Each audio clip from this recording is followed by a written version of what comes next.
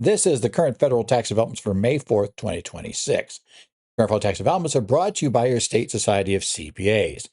Today, we're going to be reviewing a number of recent administrative and legislative developments that affect federal tax practice. The courts were especially the tax court was rather silent this week. So we're not going to have much in the way of cases. We are going to have a lot of other things that went on this week. So, several updates we do have this week. We're going to discuss the parameters for reasonable cause relief under the small corporation provision for Form 5472 penalties that was discussed by the IRS in a document. We're also going to look at the new IRS procedures for extending the statute of limitations for disallowed employee retention credit claims, which are a problem because of a 2-year statute that for many people who've had a disallowed claim is about to run out. We're going to next review a comprehensive package of tax administration bills that were passed by the House. Again, they haven't gone through the Senate. We don't know if they'll make it through the Senate, but they did pass by a wide margin in the House. Caveat, we've had that happen before, and the Senate simply said, no, we're not doing it. So don't think these are given, but it's nice to know they're there and understand that they may pass. So we'll keep an eye on those. We're examining anticipated tax guidance following the rescheduling of medical marijuana. Treasury gave us kind of a roadmap of what they plan to do. We're going to analyze the new dyed fuels excise tax refund regulations under Section 6435, in case you're involved with that. And we're going to finish with a look at the new executive order concerning retirement savings and the interaction with Internal Revenue Code Section 6433, which is the credit for contributing to your retirement account if you are of low income. So we'll talk a little bit about that background. So our first development centers on Chief Counsel Advice 2026-17012 that was issued on April the 24th of this year.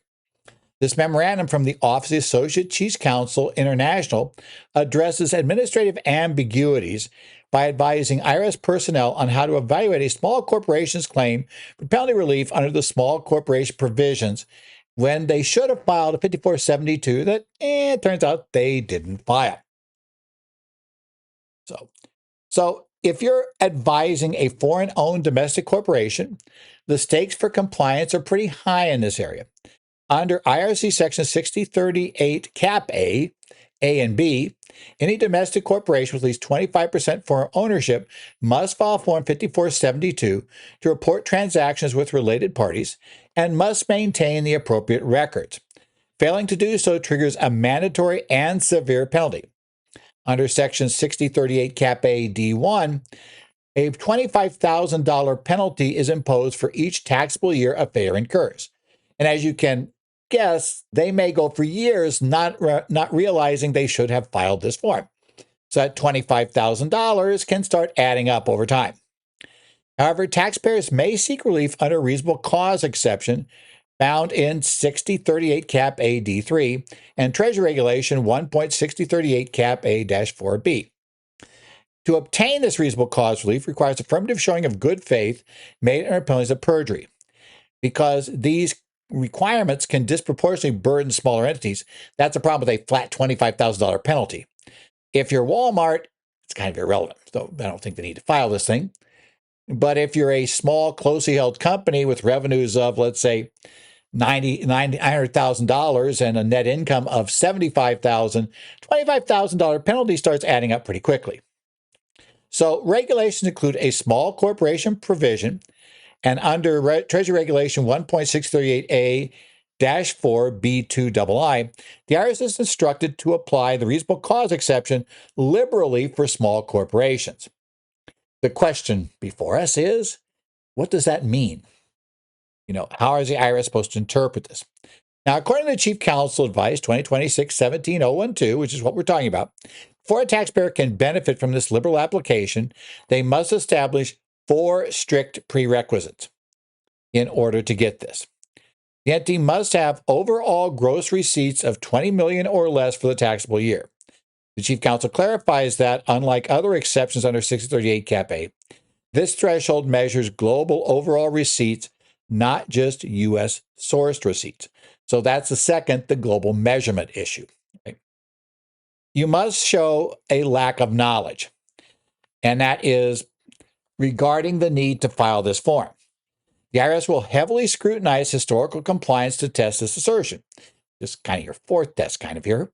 They will look at whether the taxpayer or any other entity, controlling entity, has previously filed a Form 5472 for any other entity. In essence, if you the owner, you've already filed them for multiple companies, the fact you didn't do it for this one suggests maybe it's not reasonable cause. So again, our two key tests on this slide, the gross receipts test, the lack of knowledge test, with clarifying points. Okay, continuing with these prerequisites that are outlined in the Chief Counsel advice, the third requirement is a taxpayer must establish a limited presence in and contact with the United States. The IRS evaluates this by looking at the location and experience of the corporate officers, the size and frequency of U.S. transactions, and the extent of interactions with domestic businesses and government entities. If you're a relatively large corporation with a lot of activity in the U.S., you're going to probably have a problem here if you regularly do lots of business there. That's like one of these things you should have figured out. If you're going to be operating heavily in a country, it's kind of nice to understand their tax law because they're probably going to tax you. So I'm just going to say that's how it goes. By the way, same thing's true of U.S. businesses that decide to start operating in a different country. Same issue. Fourth, once notified, the taxpayer must establish full and prompt compliance with the IRS request to file Form 5472 and provide relevant materials. The IRS will judge the quality of the response by looking at its timeliness, its completeness, and where the IRS had to follow up multiple times to extract necessary details. So, yeah, did you promptly comply once the IRS pointed out the error of your ways, or did you ignore it, and only after the IRS went after you multiple times and start threatening things did you finally go ahead and, take care of this? That's a problem. Now, we're going to talk how the IRS defines, at least in the ideas of Chief Counsel advice, a liberal interpretation of reasonable cause under these rules. According to the advice, liberal bears directly on the level of scrutiny the IRS applies to the penalty relief request, meaning a small corporation relief request prerequisites make it easier to establish relief. In fact, with a qualifying sworn written statement, the IRS is ordinarily justified in granting relief without doing a deep investigation into the issue. However, practitioners must understand that even with this, the reg says liberal application, your release not automatic. The IRS will deny conclusatory submissions lacking factual backings. Oh, we meet all the four tests. That's not going to be good enough, right? Or statements that contradict known facts. Your lying is not a good thing if they can show you're lying. Finally, understand the effect of this relief. It extends the deadline to furnish information out of penalty, but it does not exclude the underlying requirement to file Form 5472 or maintain the required records. You still got to get that done. You don't get that done, that's going to kill your prompt compliance, which is going to clear your relief. So kind of important to get moving this way. As we've done in the past, recently, we do have our infographic that's in the slide, which illustrates in this case the financial stakes we have for noncompliance, which is we have a really, really major expensive fine. In essence, a 90-day for initial failure, there's a $25,000 initial fine. And then every 30 days after 90 days have passed since they impose the $25,000, you get another $25,000 fine. So this starts adding up quickly, right? You need to do that. Essentially. So we have to worry about that. And then we have the small corporation safety net, the SCCP is what they refer to it.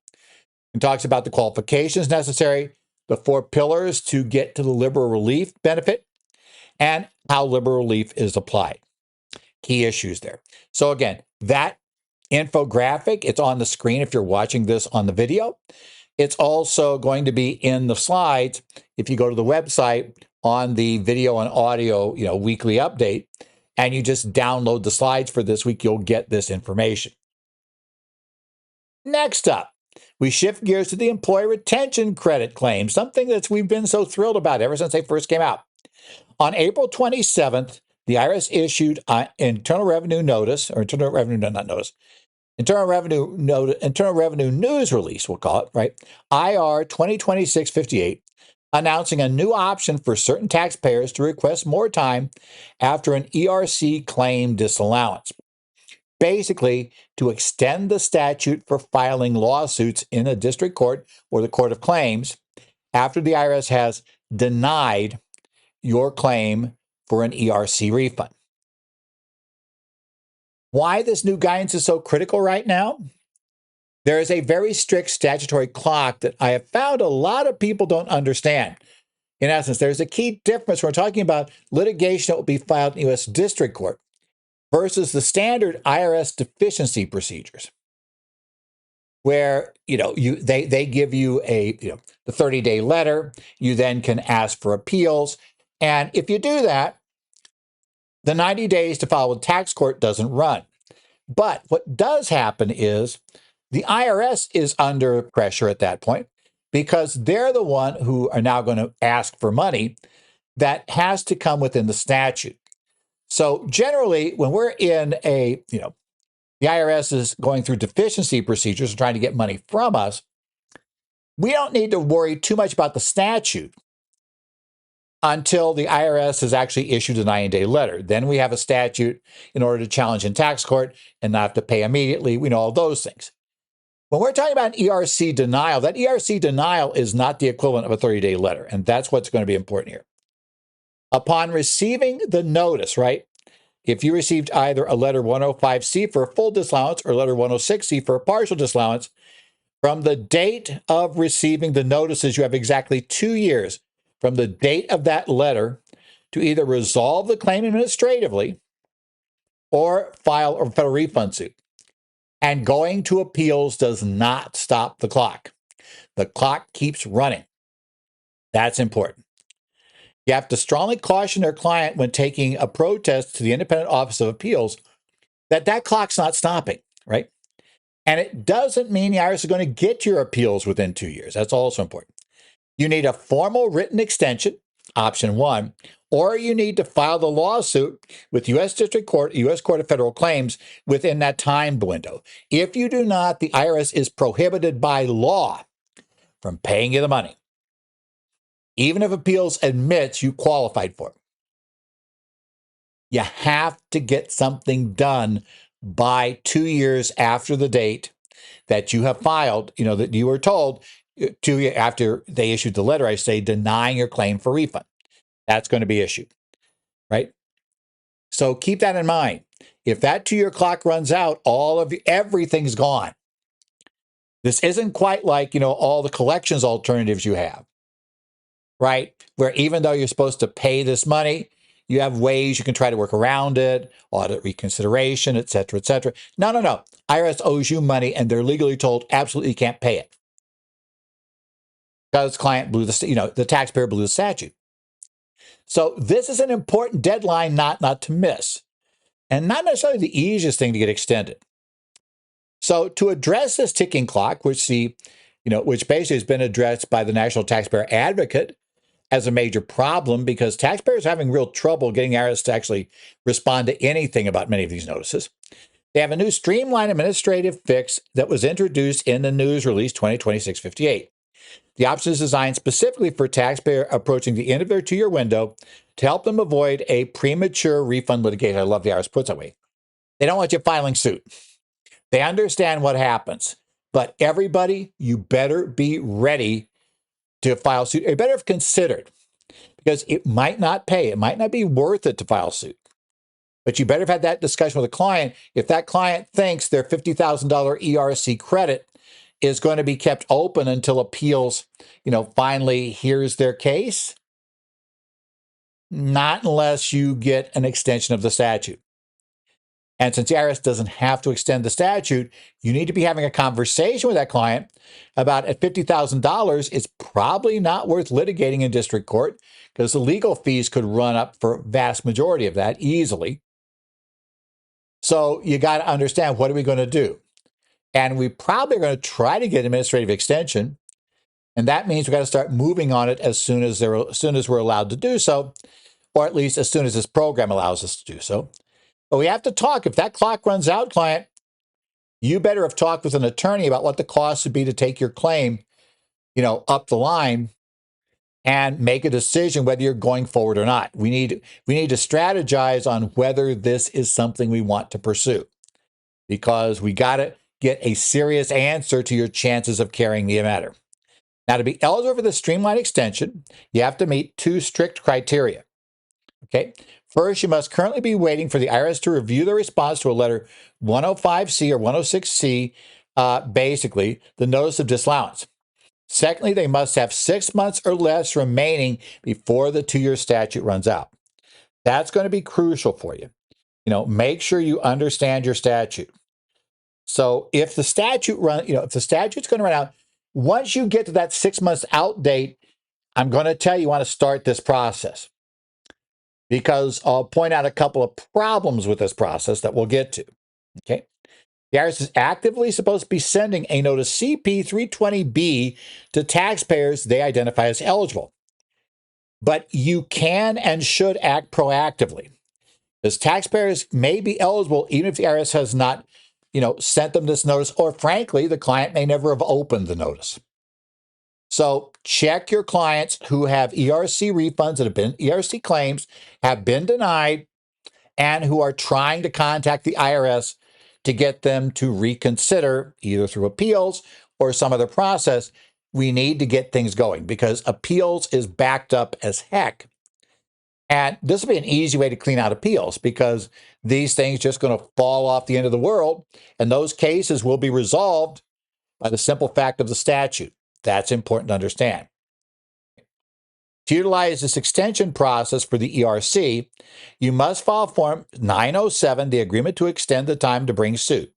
Under these new procedures, representatives can submit Form 907 using the IRS document upload tool by visiting irs.gov/DUT reply and selecting notice CP320B.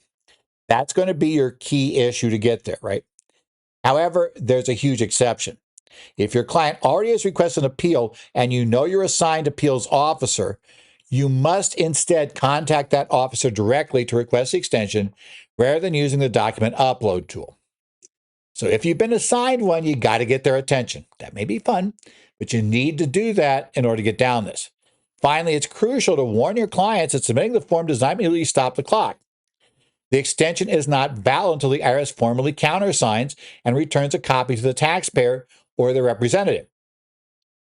So if the 2-year date, if you file today, you're 6 months out, and the 6-month clock starts running down and you're sitting there with 2 days left, clients got to have things ready to go to file that case in district court, or recognize they're simply going to lose the ability to pursue this. Nothing in this news release guarantees the IRS will act on this thing.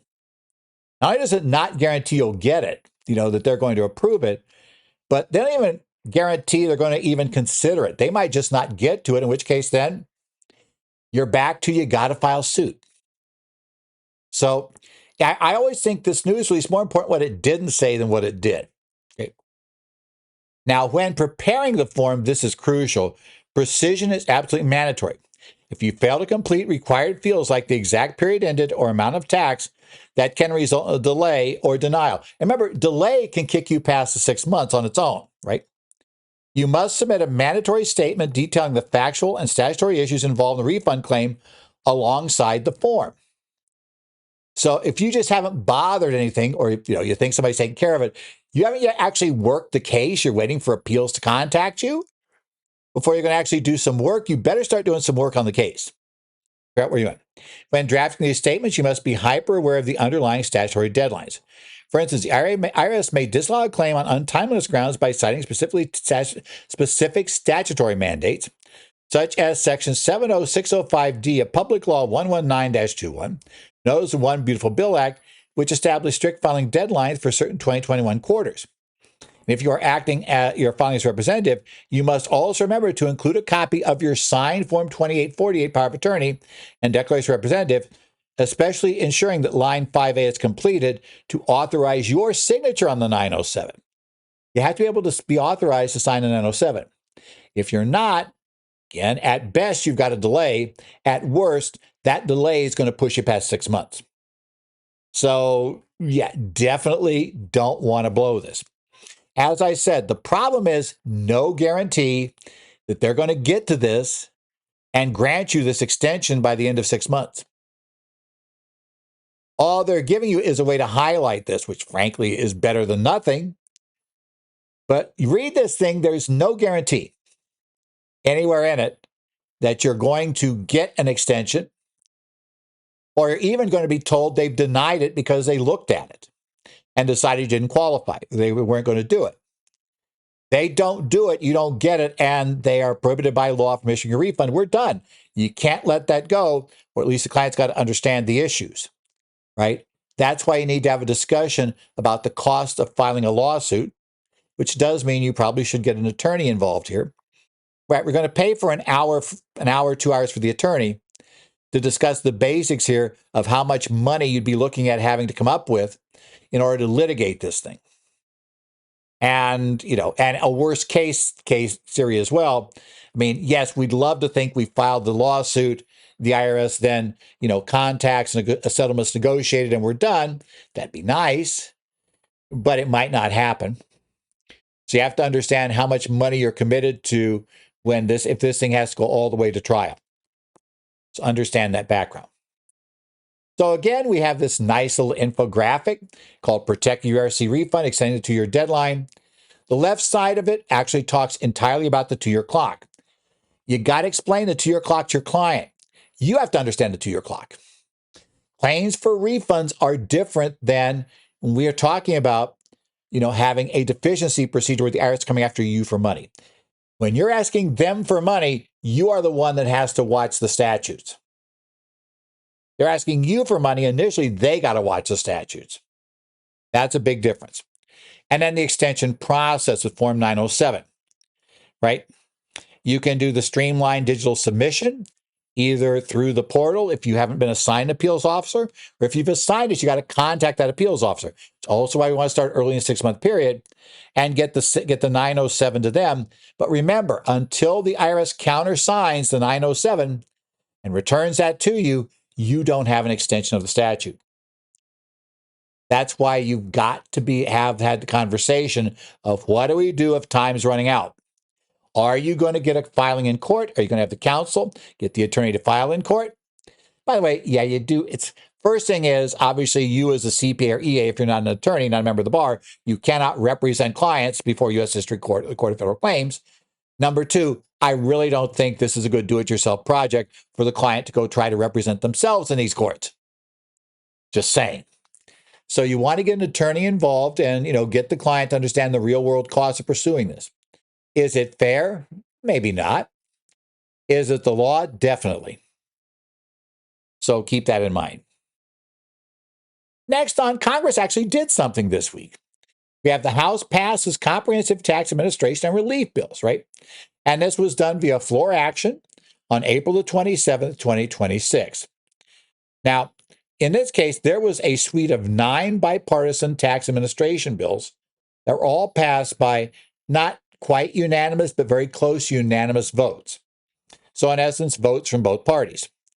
They were adopted using they were basically advanced using a fast track procedure, not adopted because we still haven't, still not been approved by the Senate, using a fast track procedure generally reserved for non-controversial legislation, which these 9 are meant to be. While they received overwhelming support in the House, their future in the Senate is currently uncertain, as Senate tax writers introduce their own broader tax administration package, which is Senate Bill 3931, in essence, which hasn't gone anywhere yet in the Senate. But we are going to review these key provisions of several of these newly passed House bills, just so you understand what's in play. Okay. So our first thing we want to look at is advancing procedurals and administrative protections. These are 2 bills we're going to look at here. H.R. 6495, the Taxpayer Notification and Privacy Act, introduces stringent requirements for IRS third-party contact notices. It amends IRC Section 7602C1 to enforce a 45-day lead time, requiring the IRS to give taxpayers at least 45 days to respond to inquiries independently before the service is allowed to contact third parties. It also mandates that the notice specifically identifies each item of information the IRS intends to seek from that third party. Next up is H.R. 227, the Clergy Act. This bill provides a unique window for members of the clergy by amending the code to allow them to formally revoke their previously granted exemptions from Social Security coverage. You ever had that a young minister, elects to opt out of Social Security coverage? Fine. They end up not having to pay in, but then as they get older, they discover that, well, they didn't have to pay in, but not get anything if they didn't. So now they're in trouble. So in essence, this operates notwithstanding Section 1402E4, allowing revocations of exemptions under Section 1402E1, provided the application is filed no later than the due date of the return for the applicant's second taxable year ending after December 1st, 2028. In essence, you're going to have effectively up through the end of 2029, or 2030, I should say, to make this one-time "I didn't mean it" statement and come back in under Social Security if this passes. If you have pastors who have opted out of Social Security, and they now have buyer's remorse, you want to keep an eye on this bill. They can get back in. And, we'll worry more about what finally appears as to what the conditions are and what exactly is going to happen with them given their other earnings, and whether or not, how big a difference it'll make. But you are going to have a time limit to get this in under, at least if the bill passes without any changes. Now, there are a number of business relief and automation legislation items, right? Let's talk about these where we're going to have these.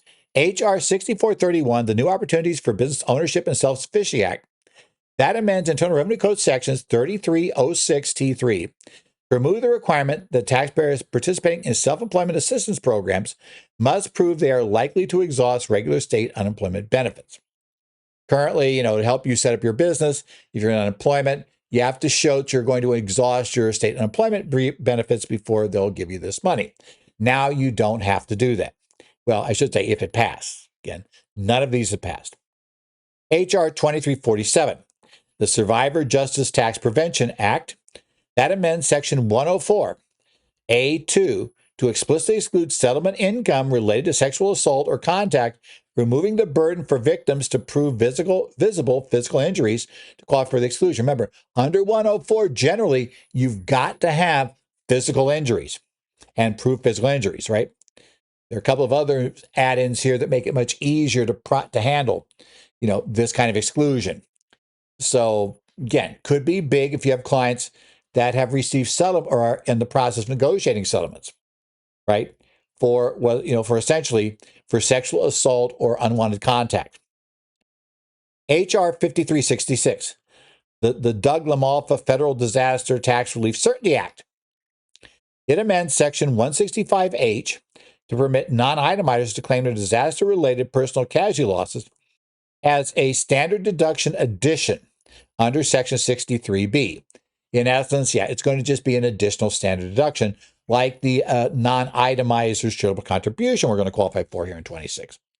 So that would go there. Again, remember, none of these are law yet, so just keep an eye on them.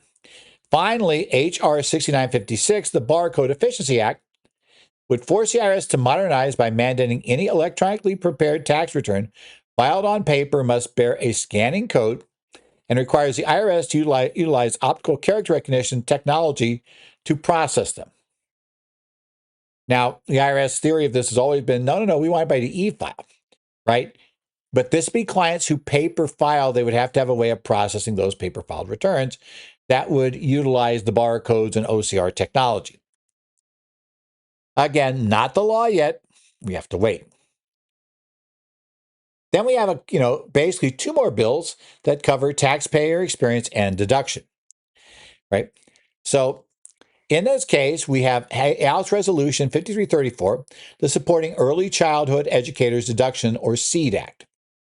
The bill amends Section 62D1A, which is the deduction for classroom teachers, to expand $250 above-the-line educator expense deduction, replacing a kindergarten through grade 12 teacher with an early childhood or kindergarten through grade 12 teacher, effectively extending the deduction to those who teach pre-K, toddlers, etc. It'll be there, right?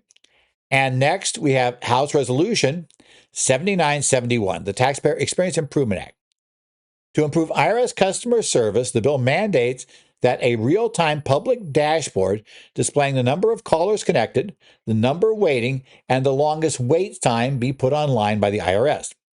It also mandates a digital access overhaul, requiring the IRS to provide fully functional online accounts where professionals and taxpayers can view returns and notices and transmit responses directly. Finally, it forces the implementation of a taxpayer callback option for calls not answered within 5 minutes, which is slated for implementation by 2028, if the bill passes. All of which would seem like nice additions if you've ever had to call the IRS. You know how that works. We've all been on there. We've all been there. We've all had courtesy disconnects. Yeah, we all know the whole thing there. Okay. The final bill to highlight is H.R. 7959, the IRS Whistleblower Program Improvement Act. This legislation targets severe administrative delays as whistleblowers currently wait an average of 11 years. It's not 11 months, it's 11 years for their rewards. To strengthen protections and expedite the process, the bill amends Section 7623B to ensure the tax court reviews of whistleblower claims are conducted de novo, based on administrative records and any newly discovered evidence. That means the court starts from scratch. They don't they don't evaluate solely on whether the IRS abused their discretion. The court itself reviews the case and makes their own decision about whether a whistleblower award is justified. In essence, they don't defer to the IRS unless the IRS, abuse their discretion. It adds Section 7623B6D to grant whistleblowers the explicit right to proceed anonymously before the tax court, absent of finding that the societal interest overrides the risk of harm. In that case. Then furthermore, it adds a new Section 7623B7 to levy interest and penalties, against the IRS at the overpayment rate under 6621A if the agency fails to provide a preliminary award recommendation within a 12-month period. Now, unfortunately, I expect the IRS will probably have initial recommendation of not by the end of the 12-month period now, but Congress goes so far. We'll go with that. Again, we have our infographic here going over all 9 of these bills. You can get those. Obviously, we have them, in here grouped by the way we talked about them: taxpayer service and transparency, operational efficiency and protections, and tax targeted relief and assistance. So we've got that. A couple of other things there going on. So, some basic things there. We'll look at that. I think one we didn't talk about was the HR, in this case, 5366. And that would excludes wildfire relief payments from a taxpayer's gross income. I think that one was omitted from the slides accidentally, but it's here, right? It's in the infographic. So we have that. Next up, we're going to shift to administrative developments. And today, we're introducing this one called Anticipated IRS Guidance Following the Rescheduling of Medical Marijuana, which is a U.S. Treasury website that was published on April the 23rd. So this is the anticipated tax guidance following the Department of Justice and Drug Enforcement Administration final order rescheduling certain medical marijuana products that we discussed last week. On April 23rd, U.S. Treasury and IRS issued this press release outlining the process for forthcoming tax guidance in response to the administrative shift of the DEA. Right. Now, again, to remind you, why is this critical for tax practitioners? We're advising clients in cannabis. Historically, state-licensed cannabis businesses have been subject to the strict deduction disallowance of Section 280 Cap E, which bars most deductions or credits for businesses trafficking in Schedule 1 or 2 controlled substances. The only deduction allowed is for cost of sales for those Schedule 1 or Schedule 2 controlled substances, and marijuana was, for all purposes, a Schedule 1 substance. Because the Department of Justice final order removes FDA-approved marijuana products and marijuana subject to qualifying state-issued medical license from Schedule 1 to Schedule 3, that dissolves the statutory bar under 280E, the deductions, for these specific operations. Now, again, remember, it is only for medical marijuana. It is not for recreational or adult use marijuana. That's not there. The Treasury confirmed their April 2026 release that this rescheduling effectively removes the restriction that have historically barred all deductions except cost of goods sold for these businesses as long as you're compliant medical operations, right? The IRS expects to generate significant positive tax consequences for the medical marijuana industry after this change. So we're going to tell you. Now, we don't have the guidance yet, but we're going to be told what that guidance is, at least somewhat that guidance is going to tell us, right? Now, the transition will not be entirely straightforward for businesses that have mixed activities. Department of Justice order leaves unlicensed marijuana crops such as bulk marijuana and non-FDA approved extracts classified as Schedule 1, along with adult use. Consequently, a lot of enterprises will end up running dual simultaneous operations, some of which is dealing with medical marijuana and some of which is dealing with the other, still Schedule 1 marijuana, right? And that Schedule 1 marijuana remains subject to 280 Cap E. And they also, have to deal with these things that are in and exempt. Treasury plans to issue complex cost accounting regulations effectively to clarify how taxpayers must apportion expenses between these activities. You got to divide them in two. You're going to have methods you can use to do that. That's going to be issued. The practitioners will need to move beyond traditional cost of goods sold reliance under Section 471 and prepare robust segregation methodology, get the word out, for allocating overhead, rent, payroll, etc. between Schedule 1 and Schedule 3 revenue streams. Again, for the Schedule 1 stream, those will be deductible. For the Schedule 3 stream, 280 Cap B still bars them. Now, yes, I realize that the Department of Justice has indicated they're still studying the other ones, and they might move them to Schedule 3 too, but they haven't done that yet. So for right now, all we know is the medical side of this, right over there. Now, the IRS did put out a generally taxpayer-friendly transition rule, but maybe not as friendly as Department of Justice suggested they should do, right? To simplify compliance, the Treasury's expected guidance will provide the removal of 280 Cap E penalty will be considered to first apply for a business's entire full taxable year that includes the effective date of the final order on April 22nd, I think it was, of 26. That means if you're a calendar year medical marijuana only business, right? The only thing you do is covered by this order, then 280 Cap E will not apply to you if you're filing a 2026 calendar year return. That's kind of useful, right? You're not forced to arbitrarily cut off and bifurcate 2022 tax on April 22nd, with everything before that date being disallowed and everything after that date being allowed. You'll be able to take the whole year as long as you don't have any other operations of a Schedule C, a Schedule 3, a Schedule 1 variety. Get the right name in there. If you have that, then you're still going to be doing some weird allocations, so we're not there. So, but if you are medical, you'll be totally free from 280 Cap E restrictions for the entirety of the tax year in which the order takes effect. If you're a fiscal year, you look for the fiscal year. If your fiscal year was April 30th, then you won big.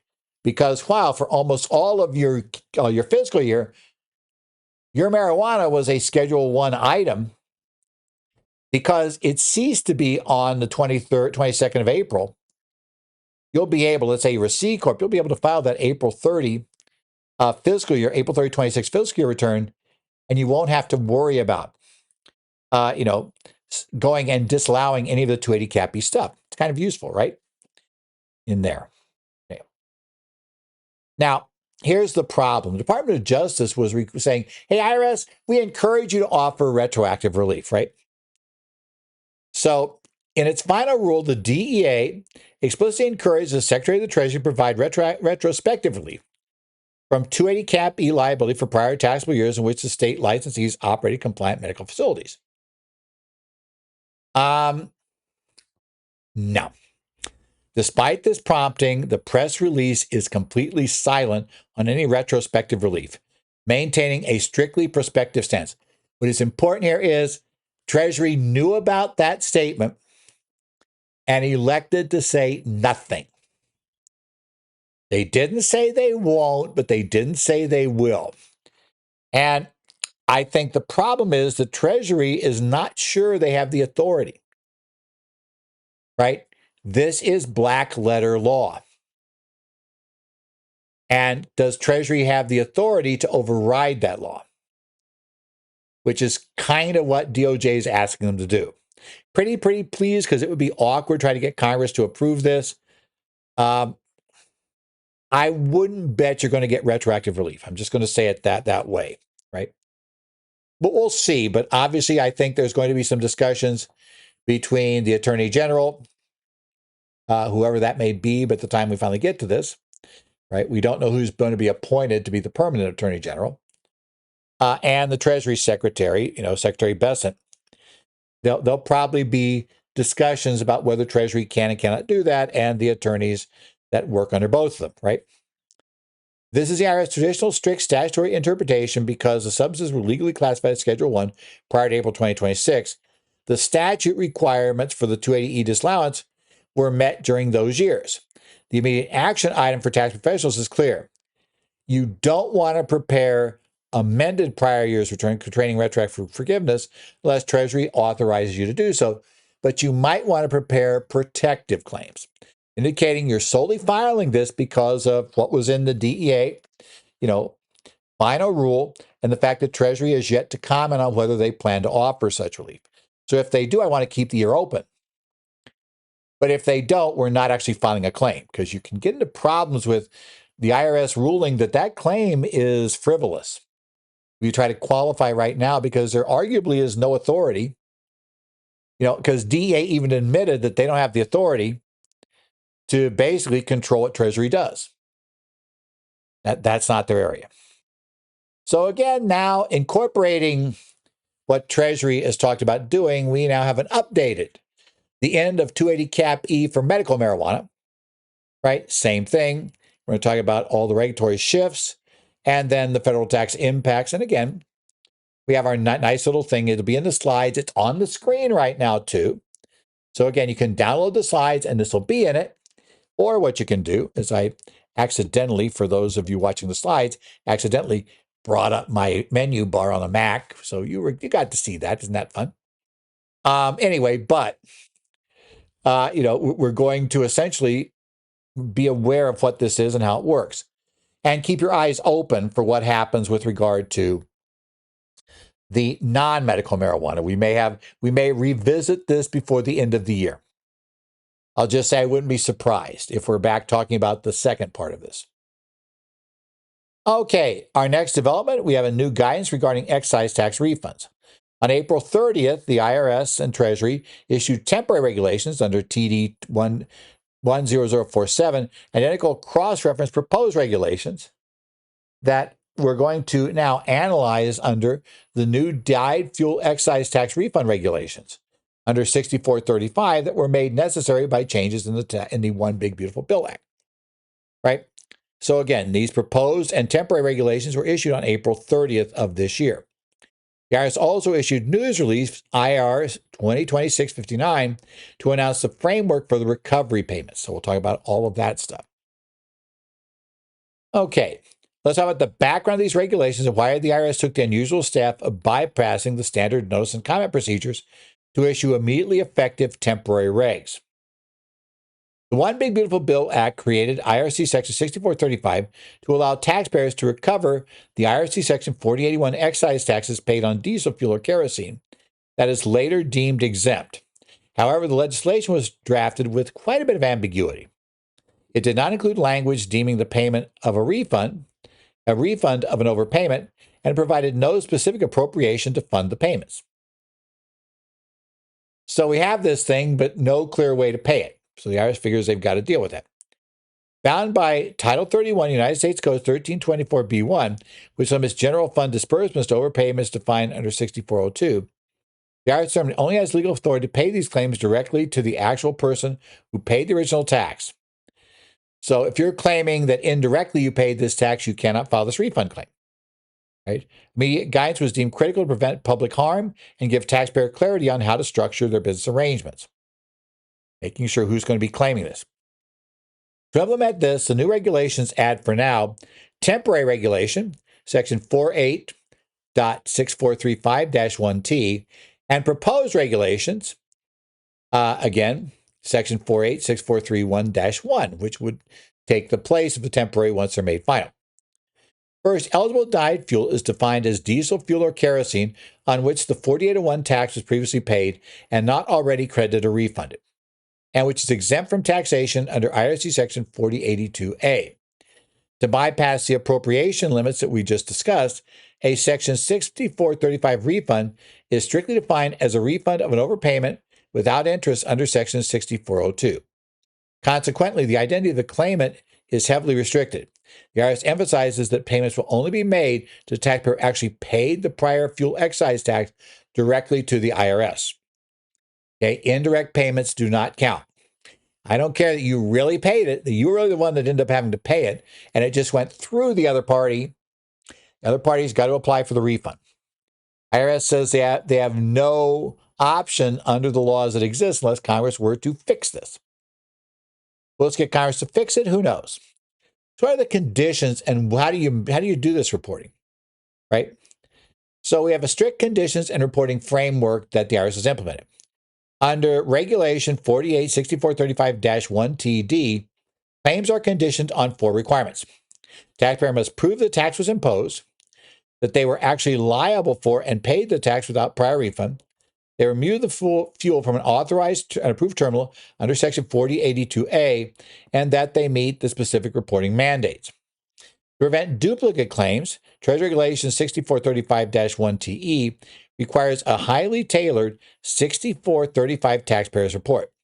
This report includes a mandatory declaration of exclusivity where the taxpayer must swear they have not received and will not claim alternative credits or refunds for the tax. Furthermore, the report acts as a revocation clause, explicitly identifying and legally removing any prior first taxpayer report previously filed under Section 48.4081-7C for that specific fuel. The issues. Now, what about the actual filing mechanics to ask for your refund? For Treasury Regulation 6435-1TF1, taxpayers must submit their claim on Form 8849, Claim for Refund of Excise Taxes, and must include a newly completed Schedule 5 to that form. Practitioners must be aware of the exclusivity trap. A 6435 claim absolutely cannot be combined on the same Form 8849 with any other non-6435 claims. Don't have other things on the one that's going for this claim. These claims can be filed anytime before the statute of limitations for overpayment expires. Regarding effective dates, these regulations apply retroactively to eligible removals occurring on or after September 1st, 2025. Finally, note the sunset provisions. The temporary regulations will automatically expire on May 1st, 2029, or sooner if a statutory change appropriate funds for paying claims to someone other than direct taxpayer. And honestly, yes, eventually, the final regs would replace it. But because temporary regs have a restricted lifespan, right? We get them for essentially only a few years. So we have to go ahead and do it. Since we did these, that we got published in the Federal Register on May 1st of 2029 or 2026, 3 years from there, they have to expire. So that's our issue. Again, we have another, infographic here, recovering excise tax on previously taxed dyed fuel, which is a guide to the issue. It has a top part that talks about your eligibility and core requirements to get this. And then your filing and reporting process is the bottom half of it. So again, as I said, they're available in the slide deck. They're on the screen if you're watching the video. So I suppose you get pause right now if you really want to study it. But downloading the slides is probably the simpler way to get it, something you can actually print out and use otherwise. Now our final major topic. This is an executive order that was entitled Promoting Retirement Savings Access for American Workers by Established TrumpIRA.gov. It was signed on April 30th, 2026. Our title for this section, not surprisingly, is Executive Order on Retirement Savings and its Interactions with IRC Section 6433. That's the savers match. That's key.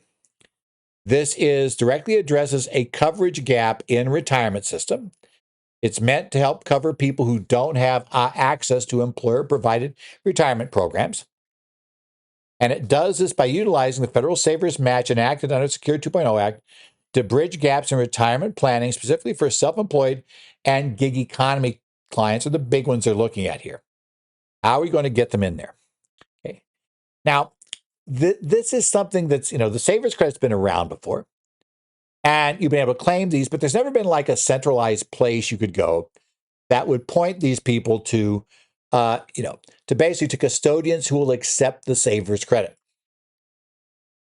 That's going to be key, and we'll go through that process. So the executive action targets tens of millions of workers, particularly gig economy workers, part-time employees, independent contractors, and the self-employed who face unnecessary barriers because they lack access to traditional employer-sponsored retirement plans. They don't have a 401k or any other type of employer-sponsored retirement plan that benefits them.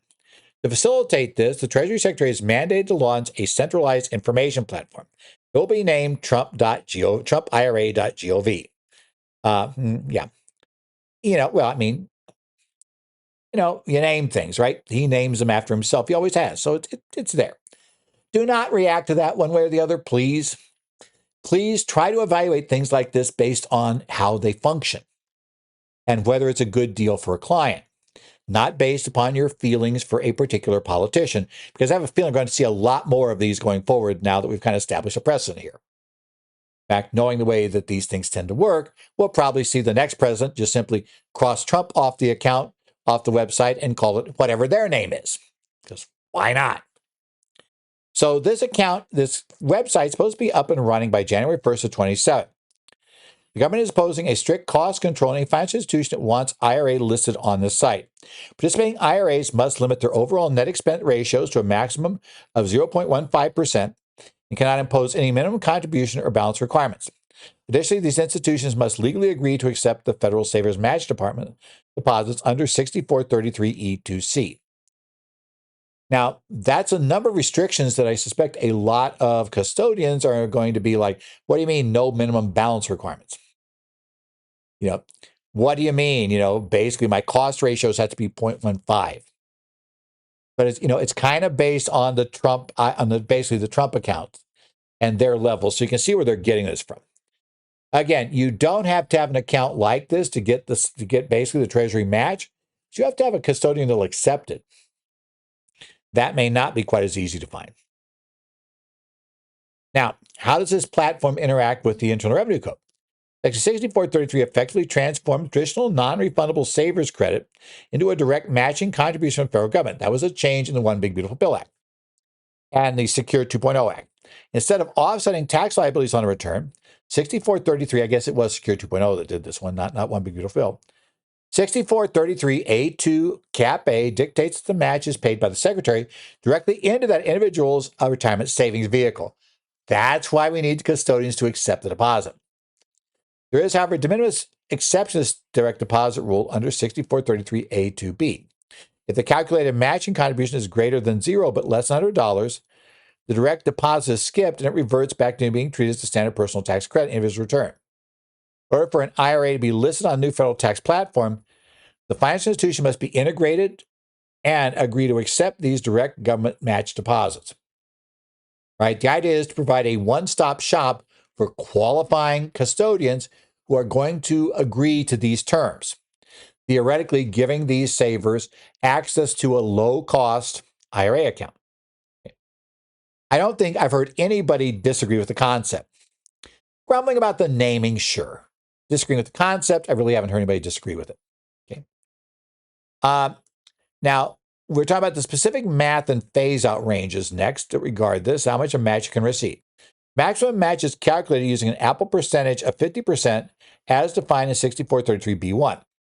Because 6433A1 caps maximal qualified savings contributions at $2,000, the maximizing this benefit will yield a maximum 1,000 match. So bottom line, you can get, if you qualify before phase out, before you start phasing out, you could qualify for up to $1,000, but to get $1,000, you had to put $2,000 in the account. This is not a blanket benefit, though. The match is subject to a strict phase out based on a taxpayer's modified adjusted gross income, which is frankly relatively low. Under IRC Section 6433B3A, for taxpayer filing joint return or as surviving spouses, the dollar amounts where the phase-outs begin is $41,000. And the match fully depletes over a $30,000 phase-out range. For other filing statuses, the code applies a fractional approach to these joint returns. For head of household, The law dictates the dollar amount and the phase out shall be exactly 3/4 of joint amounts. And for single filers, it'll be 1/2. That's going to be your background. Now, how is this contribution legally treated and what happens if a taxpayer tends to withdraw it prematurely? A key consideration when calculating a client's contribution limits is that Section 6433F2B specifies federal matching contributions shall not be taken into account for any applicable contribution limits. The IRA, the plan, a 403B, basically it doesn't count as contribution. That means matching funds completely bypass and do not consume the taxpayer's annual contribution limits, including for an IRA. Furthermore, under Section 6433F5A, the match is entirely protected from government collections or offsets under IRC Section 6402. Now, to prevent taxpayers simply depositing the funds, and as soon as they show up, withdrawing them and then going and doing whatever they want, after they get the match, the code contains a strict clawback provision. If you take a specified early withdrawal from the matched account, IRC Section 6433F6A dictates a direct income tax increase under Chapter 1 to recapture that excess. Now, there's a mitigation clause under 6433F6CI. The recapture tax can be reduced, but not below zero if the individual elects to roll the early distribution back into an Apple retirement savings vehicle before the prescribed deadline. So make sure you go through all of those rules, right? Because clients can't just say, "Oh, I'll do it," and then go right in, pull the $1,000 out and my $2,000, right back out, and I'll have extra $1,000 in hand. And I'll pay the tax on the $1,000 because I'm low income. I don't have really any significant tax liability, so I'd do that. And they're saying, "No, you're going to repay the whole thing." That could be a problem. As again, our final infographic is up there.